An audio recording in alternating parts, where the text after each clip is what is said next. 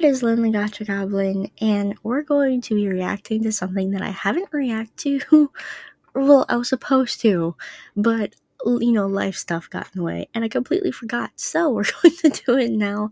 Thank you to everybody who has been reminding me to do this. We're going to be reacting to Cyberspace Maz. So this is going to be the Rafayel, The Anatomy of Abandonment and Depth of Grief. I haven't watched this yet. I reacted to everybody else's except for Raphael's. And oh my god, it's been 2 months. I am so sorry for making everybody wait on this. We're gonna go ahead and jump right into this. Let me just take myself off of the screen, and we're gonna start playing the video. Okay, here we go. The deep sea is a world of extremes. Okay, wait. Let's put down the... because we're in HD right now. And this computer ain't gonna... ain't gonna last in HD. Alright, let's go. The deep sea is a world of extremes, silent, crushing, and hidden from view.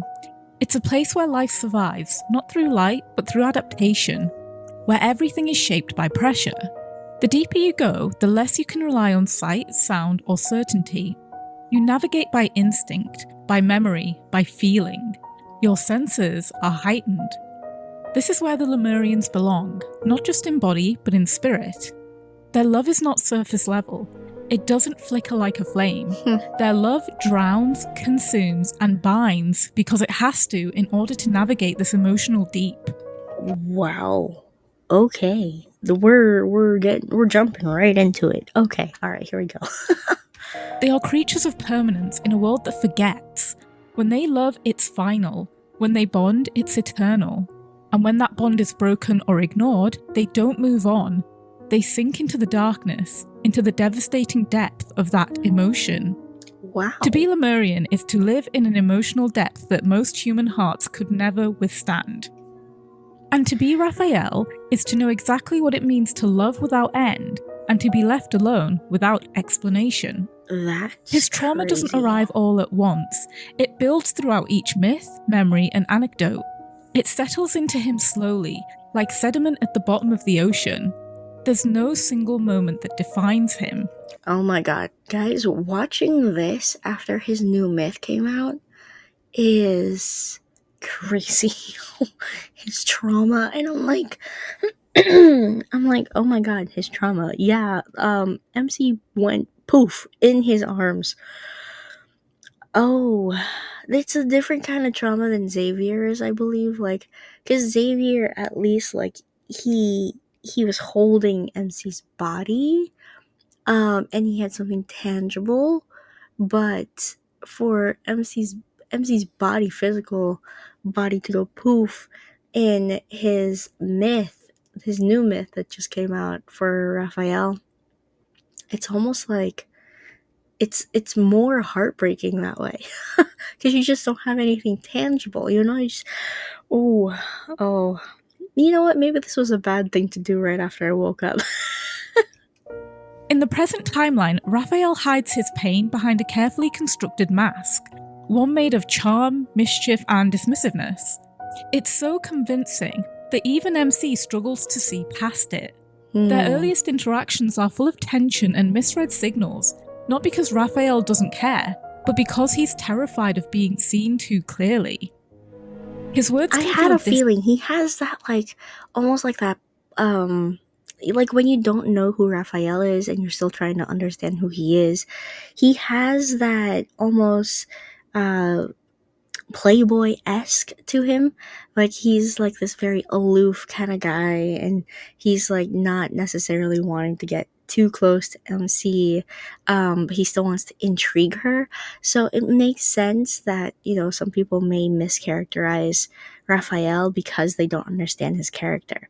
It's an unfortunate, turn of events, because you need to understand his lore, his whole background, in order to understand the deeper aspects of Raphael. So, I don't know. It's, oh man, this is, maybe I need coffee. I don't know.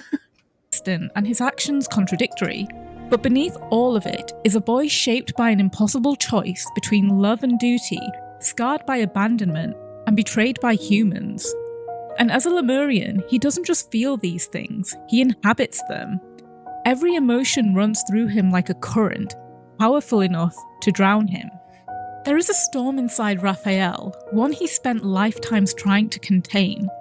So we're going to trace that storm through myths, memories, and anecdotes to understand how he was broken, why he hides behind performance, and how slowly and painfully he begins to find his way back to peace. You know, I kind of want Cyberspace Maz to do a deep dive into the new myths that are coming out. I feel like those will be really interesting. Maybe she's probably planning that, and maybe she's waiting for all of the new myths to come out.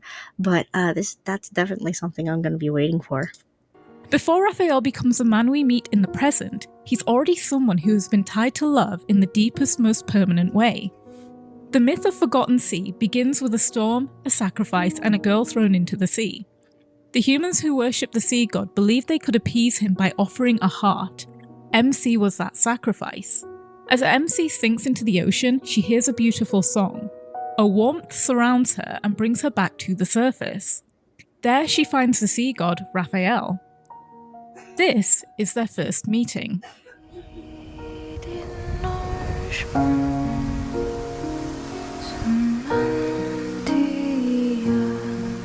Fools. Any further in a storm would be the last thing on your minds.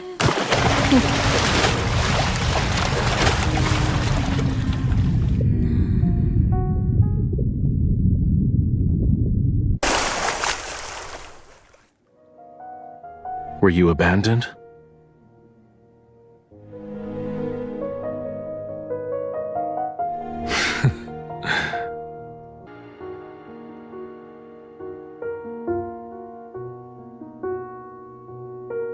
Did you ask for my assistance?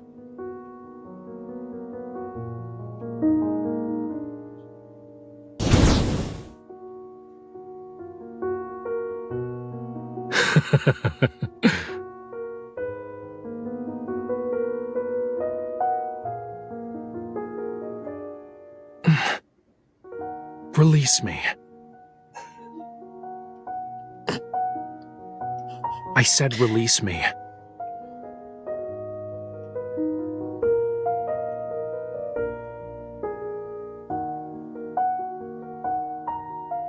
Oh, wow.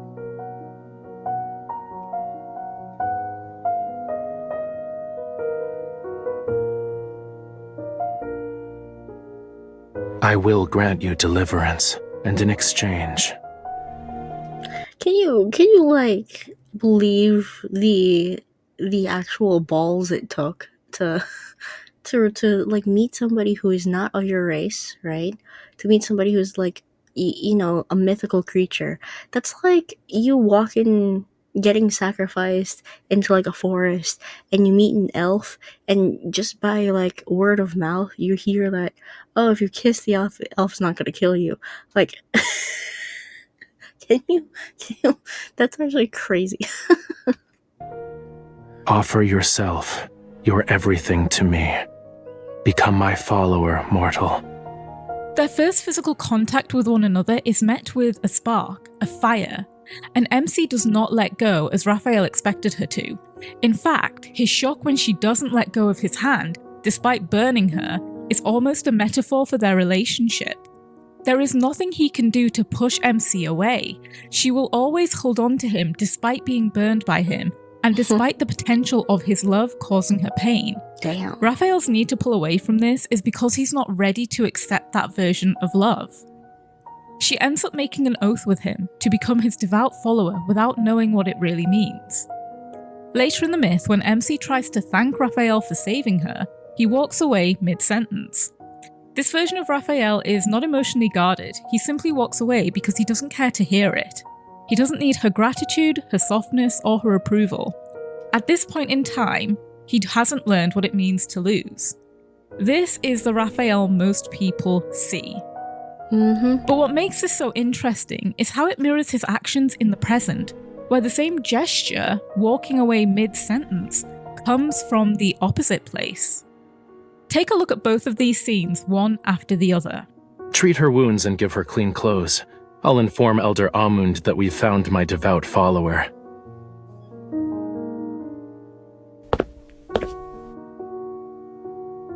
If you like the sea, you should go to White Sand Bay. It's the most beautiful beach in all of...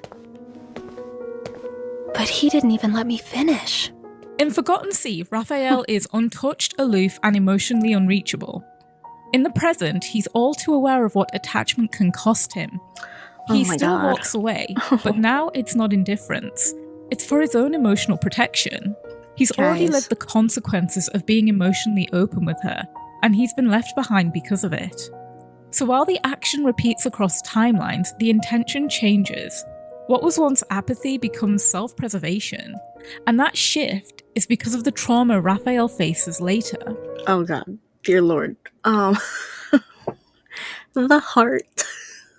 No, seriously, like, I started playing Love in Deepspace because I liked Raphael, right? And because I didn't get his myth card, because I didn't get, all of his different pieces of lore, I didn't understand him as a character.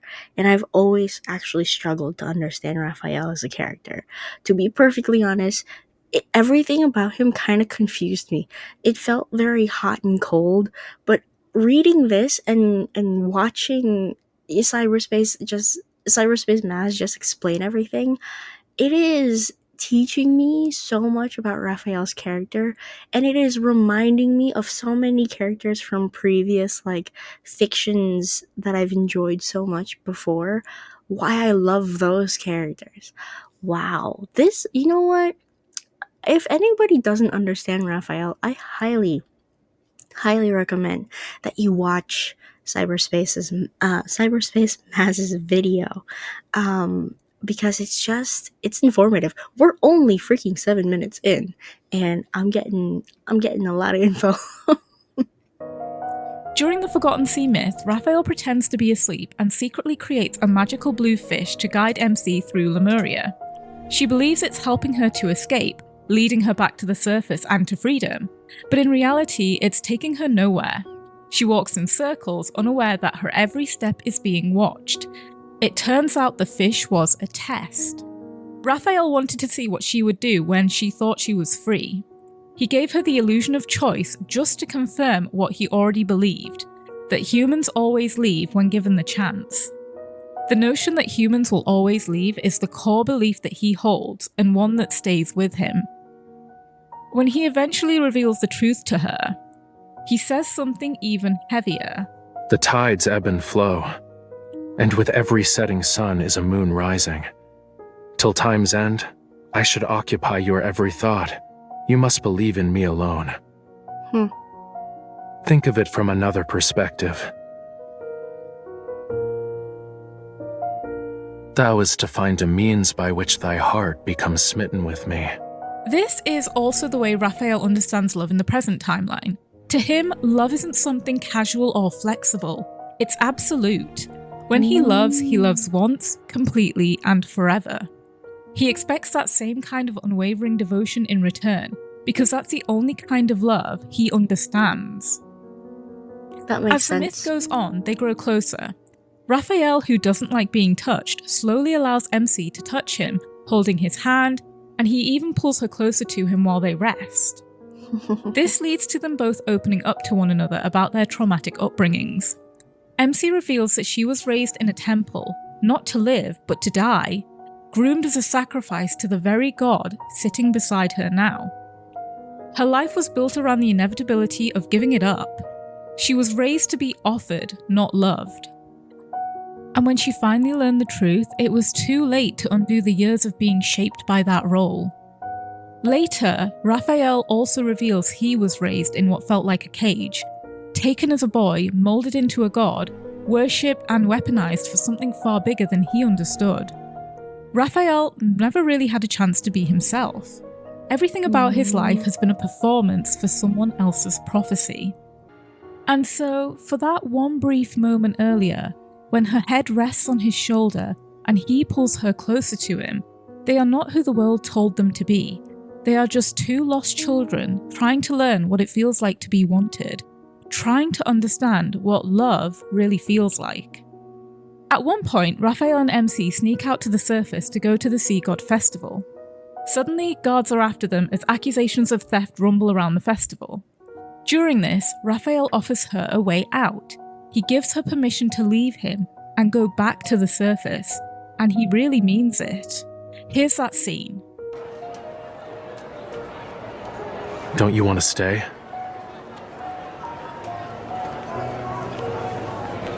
If that's your wish, I can distract them for you. In the Tome of the Sea God, the text states I must never go against your wishes. If I did, it'd mean we cannot be bound.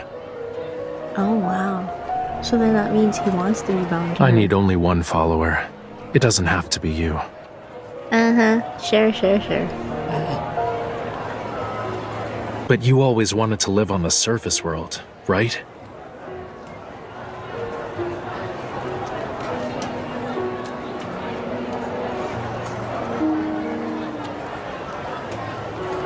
Rafayel gives her that choice not out of indifference but out of recognition. A painful clarity that he is no different from those who once caged her.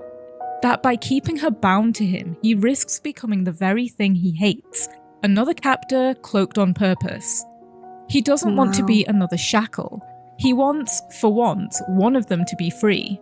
So he offers her a way out, a chance to leave without consequence. But MC doesn't take it. Instead of severing the bond, she returns it to him, not out of obligation, but out of choice. She doesn't run or recoil. She looks past the god, past the fire and myth and prophecy, and sees Rafayel. Just Rafayel. The boy underneath it all, aching to be wanted for who he is, not what he was made to be. Aww. And in that moment, he is seen. Damn. Truly seen. Maybe for the first time. You know what this all reminds me of? This kind of like dynamic between Rafayel and MC kind of reminds me of like all of those like CEO playboy bad types versus like somebody who is just like a regular commoner or whatever. It feels like that kind of dynamic in the way that this guy, right, who has been groomed his entire life into being the inherit, like the person to inherit the father's company or whatever. Like it feels like that kind of dynamic, but this, of course, feels more mythical, feels more grander than anything like that. It's a very interesting kind of like trope to follow, to see those kind of mirrored characteristics that I'm just noticing now. And I'm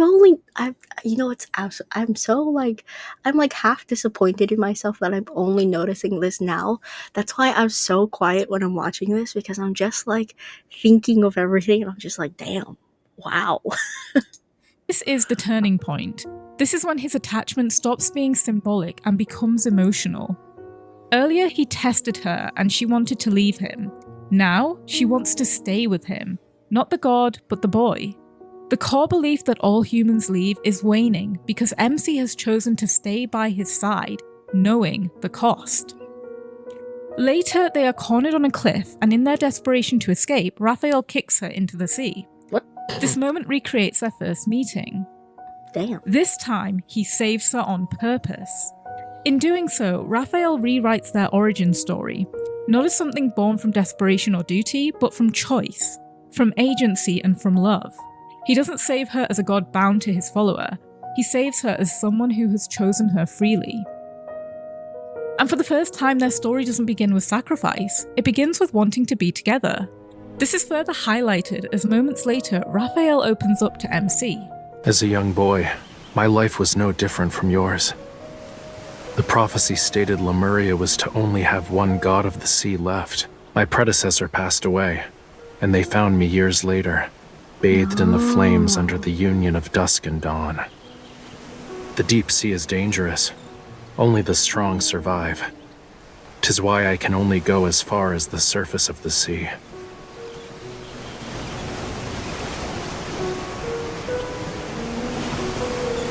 Who do you think made that hole behind the college?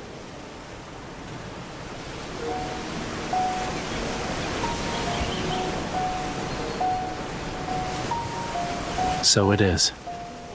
Rafayel opening up in this way, immediately being followed by a sunrise, is like a new light dawning on their relationship. Rafayel is learning what it means to really connect to someone and to love them, to be vulnerable and open up, to lay a foundation for real love to manifest. It's the start of their real story. So the night before the sea god ceremony, Rafayel tells MC that once the sacred flame extinguishes and reignites, a new prophecy will be born. One that could shape not just Lemuria's future, but their bond forever.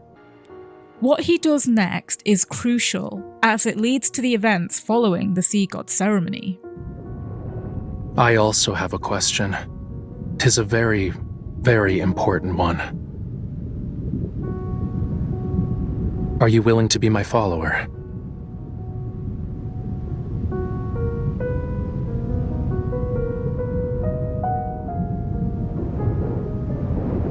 The sea god's heart, mine heart, dost thou want it?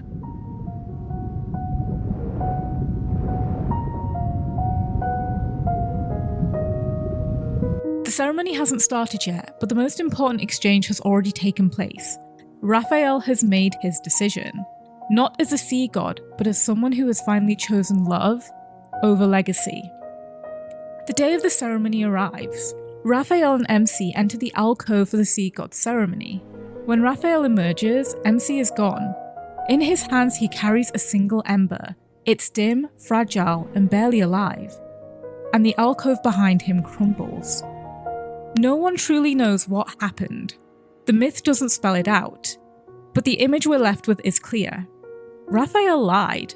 The ember in his hand was likely just formed from his own fire magic, with the hope that Lemuria would still be okay, and MC would still be safe and free. He didn't follow the prophecy, he didn't take her heart, instead he gave away his. In doing so, he may have broken the cycle of sacrifice, but he also broke the foundation that kept Lemuria alive. The world he was meant to protect fell into darkness, and the woman he loved disappeared. Whether Rafayel thought he could save them both, or knew from the beginning that he would lose everything, is something only he knows. Because by the time he dies and is reborn in the present timeline, MC has no memory of her past life with him. Only Rafayel alone carries the weight of the decision they made and the countless lives lost. By the time we get to the present timeline, Lemuria is... Okay. As you probably could tell, but I haven't experienced that myth yet. I know I have it. I've been really busy, guys. I haven't experienced a lot of the different cards that I've had. But I'm gonna be upfront and honest with you guys. Learning all of this, oh my god. Oh my god. He sacrificed his entire, civilization for her. Oh my lord.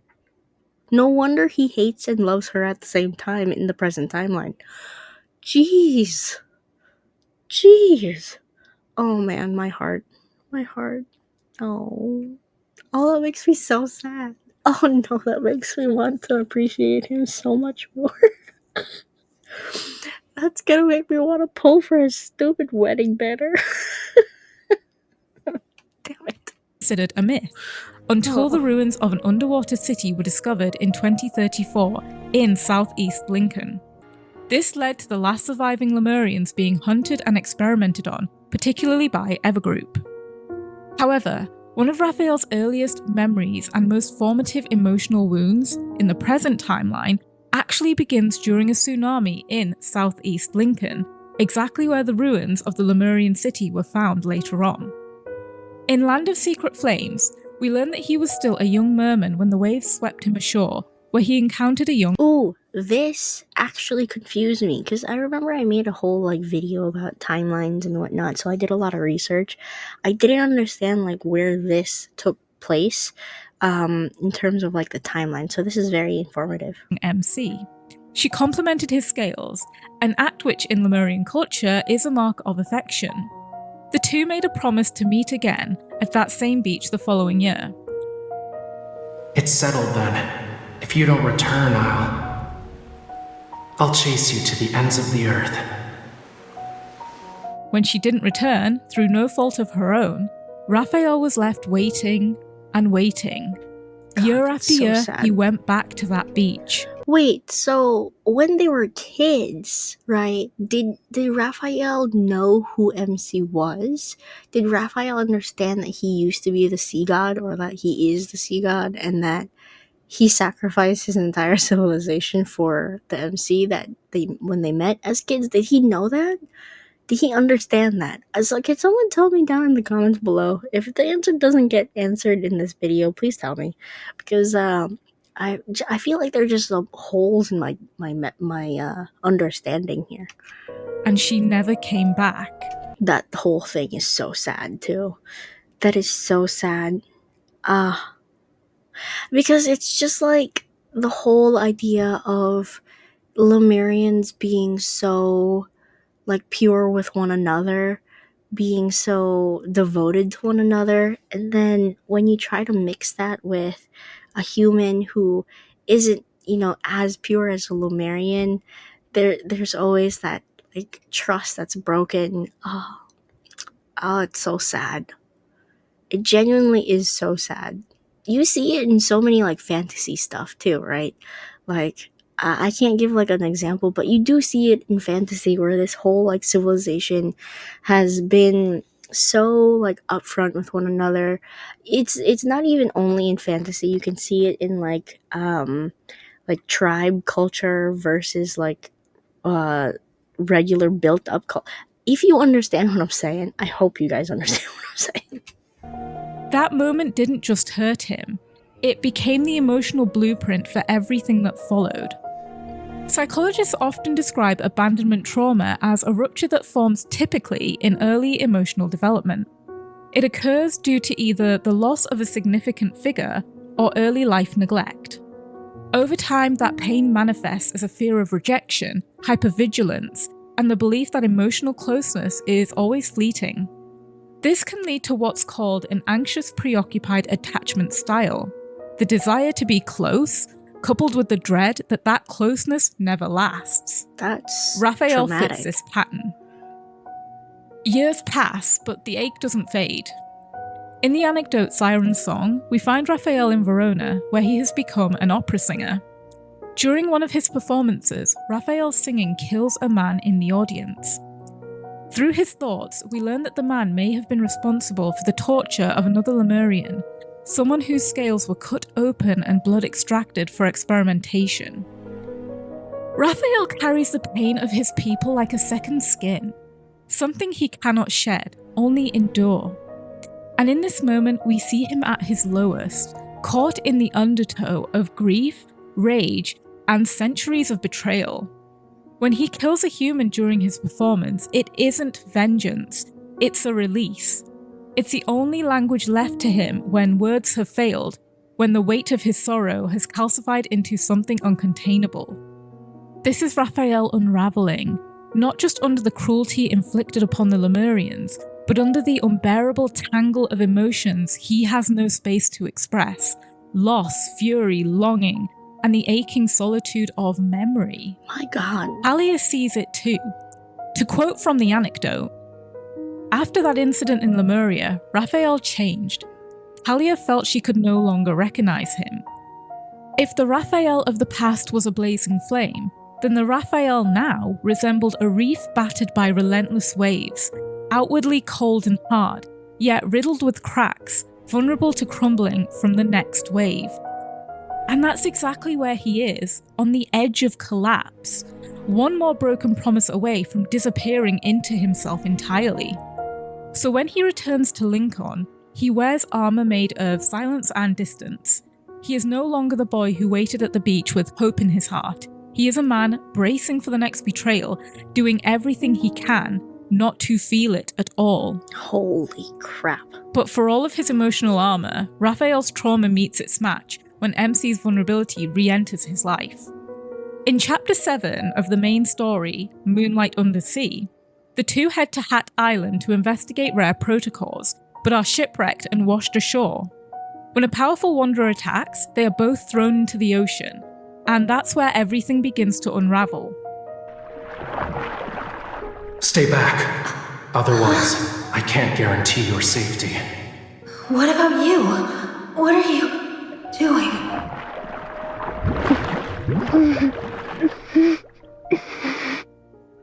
Not your concern. Raphael.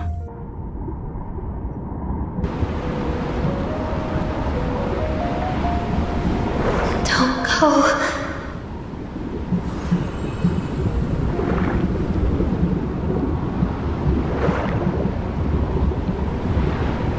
Damn. You forgot everything, yet you still insist. All right. This is your choice. Wow. Without the context of Forgotten Sea, Wow.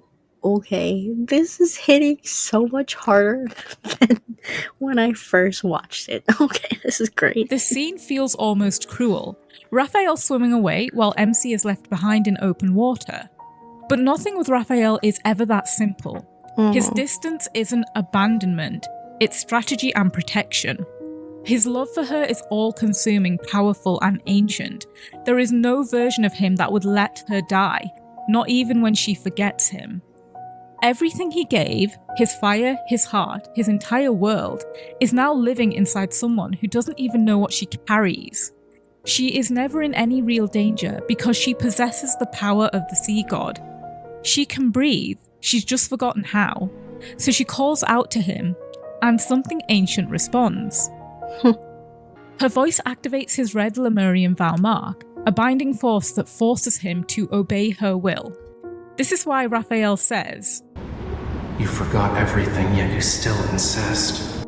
she has all the strength to survive without him, yet she still reaches for him. Again, this is another direct parallel to the events of Forgotten Sea. This is the start of their real relationship in the present timeline. Before we move on, I want to point something out. In each timeline, Raphael always saves MC from drowning. It also happens in their myth, Sea of Golden Sand, which is how they first meet. This is symbolic for MC in each timeline. MC is being pulled under by the weight of her role, her past, and her pain. And Raphael reaches for her every single time. Not to rescue her from the sea, but to stop her from being lost in it like he is. During this chapter, MC also learns that Raphael is scared of cats, but he plays that fear for dramatics at first, refusing to allow himself to be fully open to her, until he reveals something much deeper. So, is there a reason why you don't like cats? Why should I? I dislike them because I do. For humans, it's game over as soon as a cat nuzzles them. Raphael, that means it trusts you and feels grateful. Well, animals that are fond of humans usually have a tragic end. One moment you're cute and cuddly, the next they toss you aside. You're forgotten, left behind. You know, when I first watched that, I immediately knew that there was something traumatic with Raphael. Like, he was abandoned.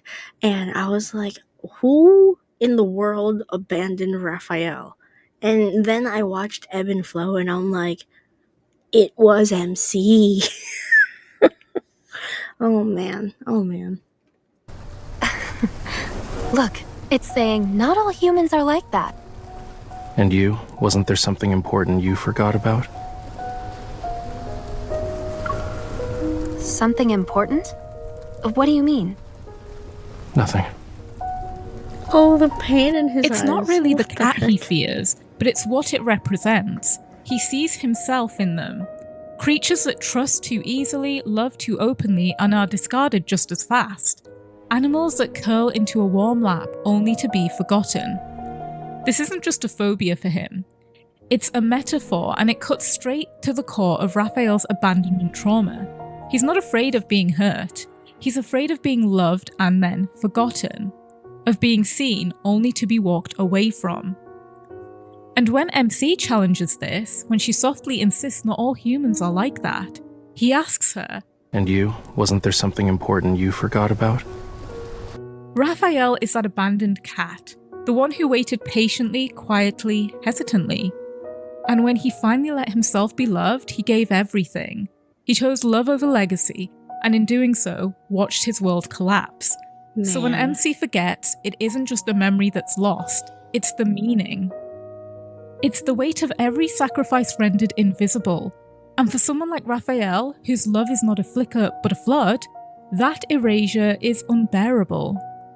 He wants to blame her and he wants to be angry, but I don't think he can, because the pain isn't something he can throw outwardly to the woman he loves. So it folds inwards. It turns on him. That's the cruelty of Lemurian depth. Emotions are not felt lightly. They settle in the bones. And so he sinks, not with rage, but with grief. Not because she stopped loving him, but because she forgot that she ever did. By now it's clear, Rafayel wears his pain like a performance. Aloof, dismissive, theatrical. If he can keep people entertained, then maybe they won't look too closely. Maybe they won't notice the cracks. His eccentricities aren't just quirks, they're his armor. As long as he keeps the act up, he can stay safely misunderstood. At first, MC doesn't see past it. How could she? The version of Rafayel she meets is full of misdirection, teasing words, flamboyant gestures, and an emotional sleight of hand. We see this clearly in their Bond story Ebb and Flow, where she teases him playfully, expecting the same banter in return. See what I mean? See, I knew they were going to talk about Ebb and Flow. Ebb and Flow was the Bond memory where I was like, damn, Raphael is, damn, he's kind of sexy. But this time, Rafayel doesn't respond with any kind of mischief. He doesn't have the strength to wear the mask. And what she gets instead is something startling: honesty and vulnerability, the raw edges of a man too tired to pretend. And that's when something shifts in their relationship. She sees it, just for a moment, the truth of him. She sees the aching for reassurance that this version of him won't be left behind. It's no accident that this is the memory where she learns he's Lemurian either. It's all part of the same revelation. That the depth of his feeling, the intensity of his love, the weight of his pain, is not an exaggeration. It's who he is. Let's take a look at this scene in particular. Every year, there's a day when the tide is low, and it flows in the opposite direction. It's when the Lemurians are at their weakest. Even the most feeble human could kill us once they know of this.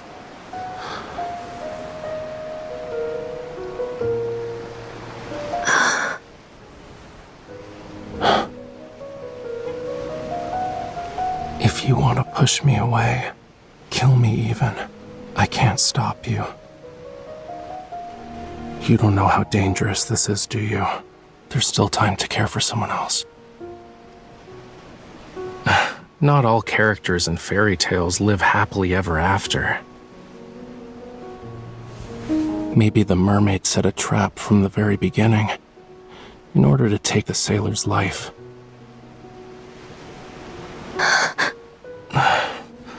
The fear in your eyes tells me that you're regretting staying here. Am I right?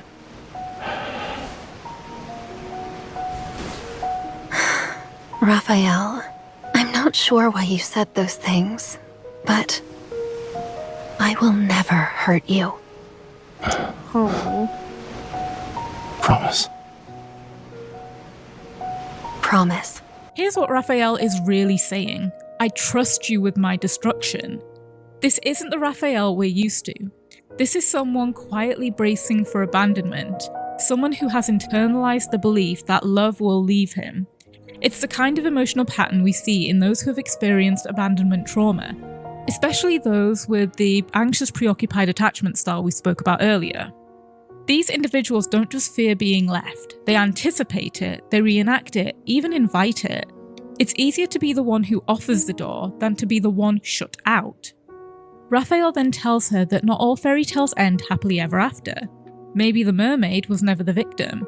Maybe it set a trap from the start. There's a clear self-loathing here, a fear that he's too much. that his presence might eventually become something MC resents. He projects that fear onto her, watching for any sign that she's already regretting staying.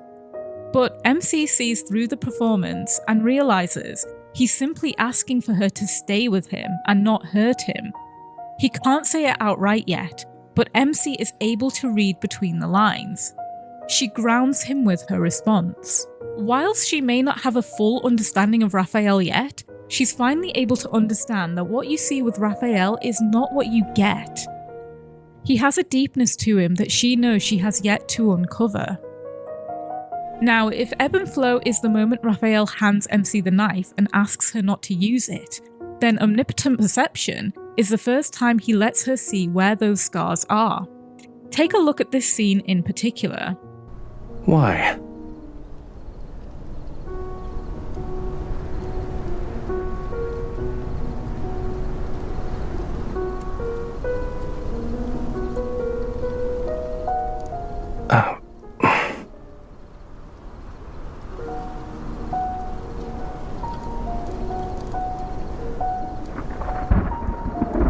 MC asks him direct questions about his loneliness, like whether it hurt to learn how to walk on land or if he feels alone in a world so different from his own.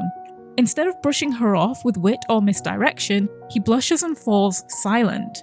He's not dodging the question, he's overwhelmed by someone trying to understand him. Rafayel That is so sweet. You know what? I personally am also guilty of misrepresenting Raphael because I didn't understand him as a character. I didn't understand why he was so hot and cold with the MC, especially when the MC was always trying to just be with him and just to like try to understand him. I knew he was hiding something. I knew he was suffering from some sort of pain. This is when I first started playing the game, okay? I just didn't know how to get him. And having this video just kind of like connect all of the dots is so heartbreaking, you know? I feel so bad that I misunderstood Raphael as a character. It's just so it's eye-opening and it's heartbreaking and I just want to take care of him. Oh geez Louise. um but yeah, I mean, the times that I appreciated Raphael as a character was when we always saw him being genuine, being real, and not, you know, hiding everything um behind his like wit and his sarcasm. um I just appreciated him being who he is as opposed to putting up that front, because I knew from the beginning that he was just putting up a front, but I didn't know exactly what he was hiding. So I knew he had a very traumatic past and all of those and all of that, but like this is so sad. I'm like quiet through the entire thing because I'm just like watching and learning about Raphael. has spent so long adapting to being misunderstood that the act of being seen disarms him. And that in itself is a mark of trauma. People with abandonment wounds often feel safer being unknown than risking intimacy that could be lost. Later on, MC asks how Lemurians express love. When Lemurians fall in love with someone, all our senses are committed to perceive them without question. For Lemurians, love isn't performative. It's instinctive, sensory, and all-consuming. Love means attunement and devotion, which is why abandonment hurts them so much more. When a Lemurian bonds with someone, they don't just feel it, it lives in their body, it marks them, it changes how they move through the world. And this is what Rafayel has been struggling with since their reconnection. He's not confused about how he feels, he's confused about whether MC still feels it back. But then this scene happens.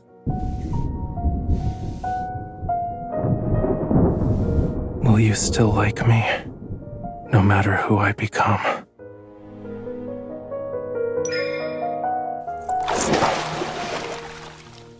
You.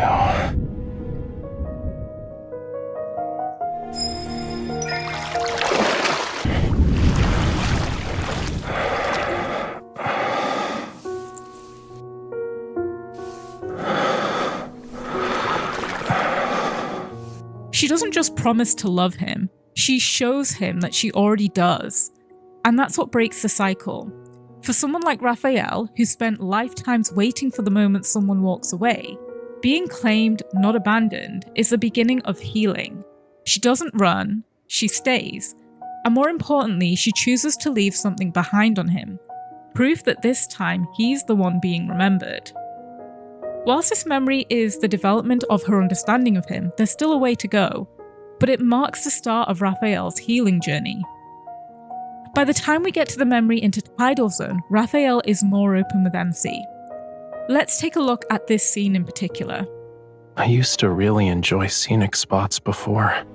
Catching sight of those subtle sights that may be easily overlooked gives me a greater sense of satisfaction than completing a painting. But now, sometimes I forget why I even decided to travel in the first place, to create a piece of art. I must transform my feelings about nature into a demand.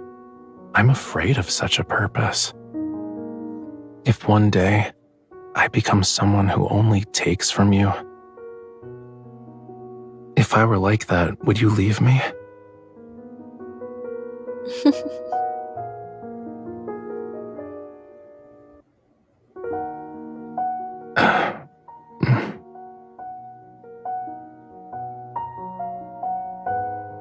Thank you for accepting me the way I am. He confesses he's forgotten why he used to love beauty, why he travelled, why he created. The joy he once found in small overlooked things has dimmed under the weight of his emotional exhaustion.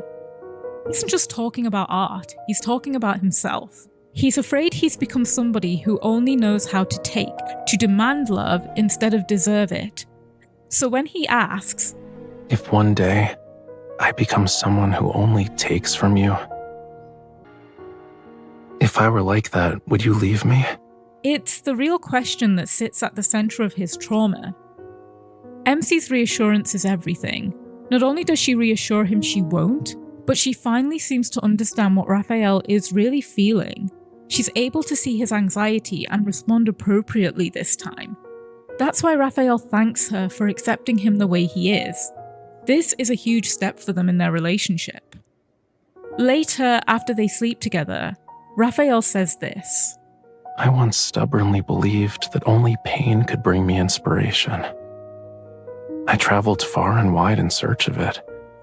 Pain that inspires me, like a sea that's about to dry up.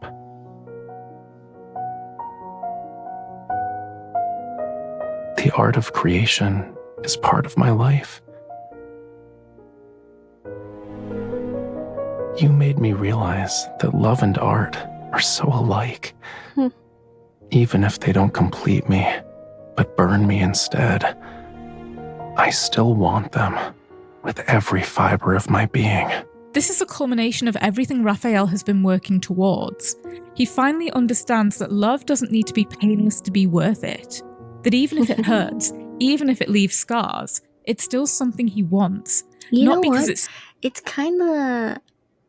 look, this might just be my own theory, but it's almost like, when they first meet, when MC was thrown into the ocean and Raphael, extends a hand and she gets burned and she just continues to hold on to him. That is basically like the lesson that Raphael needed to learn himself too. Even though it hurts, you should still hold on. It doesn't mean like a complete abandonment. It doesn't mean letting go completely, but it's just something that you have to go through when you're in love. Yeah, because every relationship is like that, right? Like everybody faces hardships, everybody faces challenges, but going through it together, going through it despite all of the pain that it causes, despite the fights that you might have with your significant other, pushing through that will only make your bond stronger. And I think that's something maybe Raphael needed to learn. Oh, wow.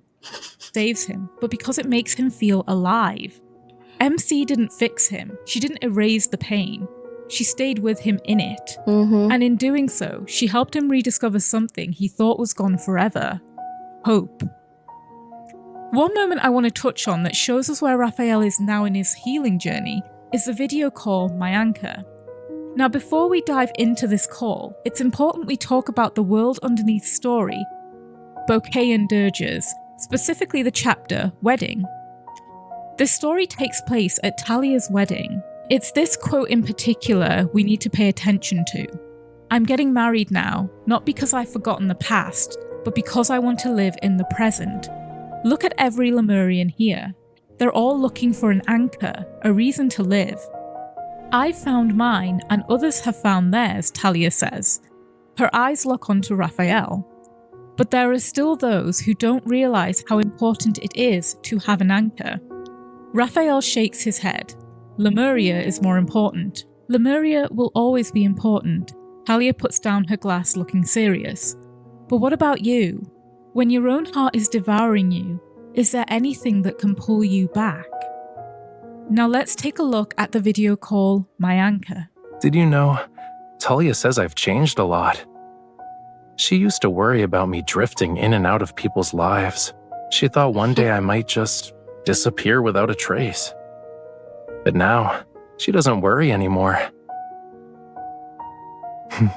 You already know why. It's because you came into my life, and I'm not alone anymore. I also found the strength that anchors me here. Ever since I came to your world, everyone has told me to adapt to life here. You're the only one who brought me back to Rafayel's sea. So I want to show you the whole ocean as my gift in return. Ooh, I want to be your mirrors. strength too. That mirrors what he said when, in the past. Ooh, okay. All right. I'm seeing the dots connect here. Helping you stand fearlessly in this world. Psychologically, this moment touches on what's called earned secure attachment, a pattern that emerges when someone who has experienced trauma begins to form a healthier bond through trust, consistency, and emotional reciprocity. Rafayel may never completely let go of his past, but he starts to trust that maybe, this time, he won't be left behind in it. That maybe his needs won't be too much. That maybe he can be loved for exactly who he is. Flaws, fears, fire and all. Rafayel is an incredibly complex character to understand. Being Lemurian means every emotion settles into him like silt in deep water, slowly, silently, and forever. Pain doesn't pass through him, it becomes part of him. Grief doesn't come and go, it takes root and it grows. And love floods. This is what makes Rafayel who he is. It's also what makes him impossible to truly hold without hurting. Because to love like that, with the weight of centuries, the depth of oceans, is to be in constant mourning. Not just for the people who've left him, but for the pieces of himself he gave away and never got back. His trauma didn't come from a single betrayal. It came from a pattern, a cycle, a belief that no matter how deeply he loves, he will always be the one left behind. And what's worse, he remembers everything, every vow, every touch, every goodbye. He carries it all. So he hides behind performance, behind mischief, because if you never show someone the real wound, maybe it won't hurt as much when they walk away. That's not indifference, it's self-preservation. It's someone who has learned that vulnerability can be a trapdoor. And yet, despite all of that, he still tries, he still reaches, and he still loves. Maybe not openly, maybe not perfectly, but deeply, always deeply. Rafayel is not healed yet, but he's getting there. Pain will always be part of him, but MC's love will be the anchor that ensures he never drowns in the darkness alone or misunderstood again. Wow. Very sweet. Oh, man. Oh, God. Okay. Well, that was Rafayel's video. Thank you so much, Cyberspace Maz, again, for the amazing deep dive into his character. Truthfully, I'm like, no joke, I've learned so much about Rafayel through this entire video. I appreciate anybody who kind of like, takes the time to make these kinds of videos, for everybody to just understand the characters. They're so complex. Each and every one of them have their own traumas, their own pains, their own lessons to be learned. And in a way, they're all similar. And in a way, they're all so different. And it's so fascinating to see how well that they were constructed. Like how well these characters, with their own ideas, their own stories, and their own pains, were made. You know what? I really gotta give it a huge round of applause to the writer team who made Love and Deep Space, because my goodness, I mean, it's fantastic. It's so good. Alrighty, well, that's pretty much it. Hopefully you enjoyed this little reaction of mine. I can't believe it's been almost an hour now that this has been going on. But yeah, for those of you who wanted to see my reaction, this has been my reaction to this. I'm kind of just in awe right now. I'm kind of in awe, and I'm just kind of appreciating Raphael more as a character. Yeah. So, yeah. Okay. Well, thank you all so much for watching. I am Lynn, Gacha Goblin.